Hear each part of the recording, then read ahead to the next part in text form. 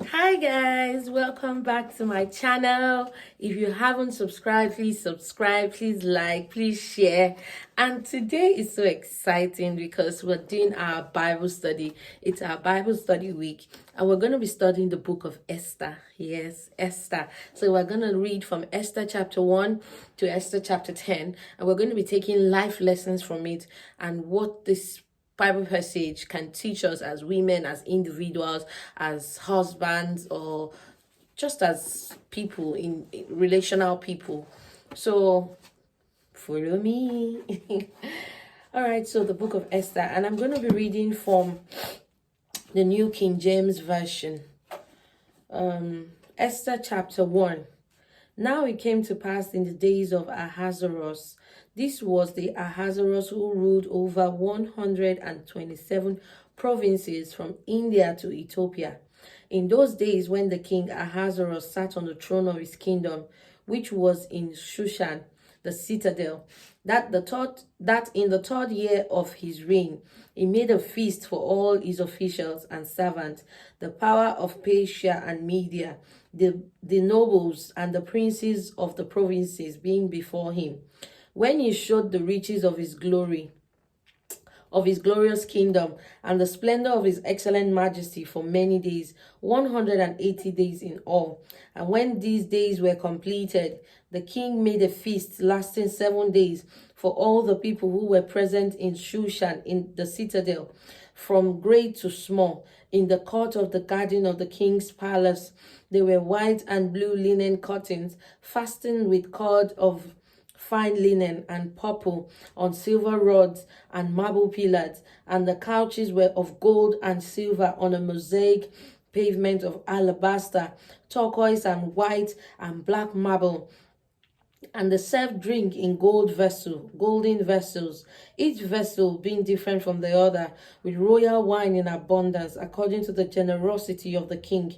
In accordance with the law, the drinking was not compulsory, for so the king ordered all the officers of his household that they should do according to each man's pleasure. Queen Vashti also made a feast for the women in the royal palace, which belonged to the king Ahasuerus. On the 7th day, when the heart of the king was merry with wine, he commanded Maimunan, Bita, Habana, Bidka, Abgata, Zeta, and Carcass, 7 eunuchs who served in the presence of King Ahasuerus, to bring Queen Vashti before the king, wearing her royal crown, in order to show her beauty to the people and the officials, for she was beautiful to behold. But Queen Vashti refused to come to the king's command, brought by his eunuchs. Therefore, king was furious, and his anger burned within him.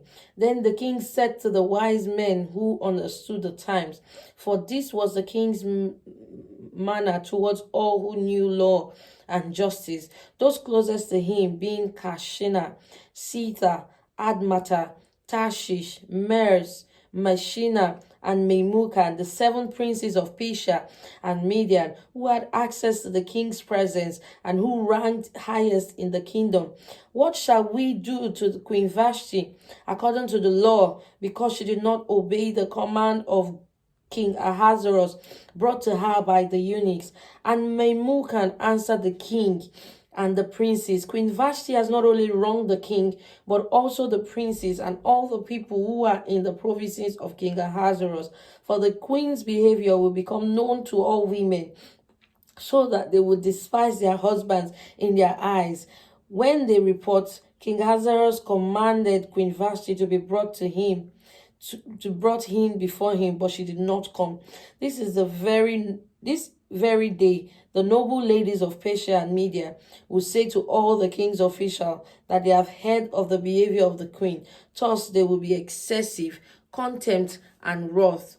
If it pleases the king, let a royal decree go out before him. Let it be recorded in the law of the Persians and Medians, so that it will be not altered. That Vashti shall come no more before King Ahasuerus, and let the king give her royal position to another who is better than she. When the king's decree which he will make is proclaimed throughout all his empire, for it is great. All wives will honor their husband, both small and great. And they replied the king and the princes, and the king did according to the word of Memucan. Then he sent letters to all the king's provinces, to each province in its own script, and to every people in their own language, that each man should be master in his own house and speak in the language of his own people. Praise God.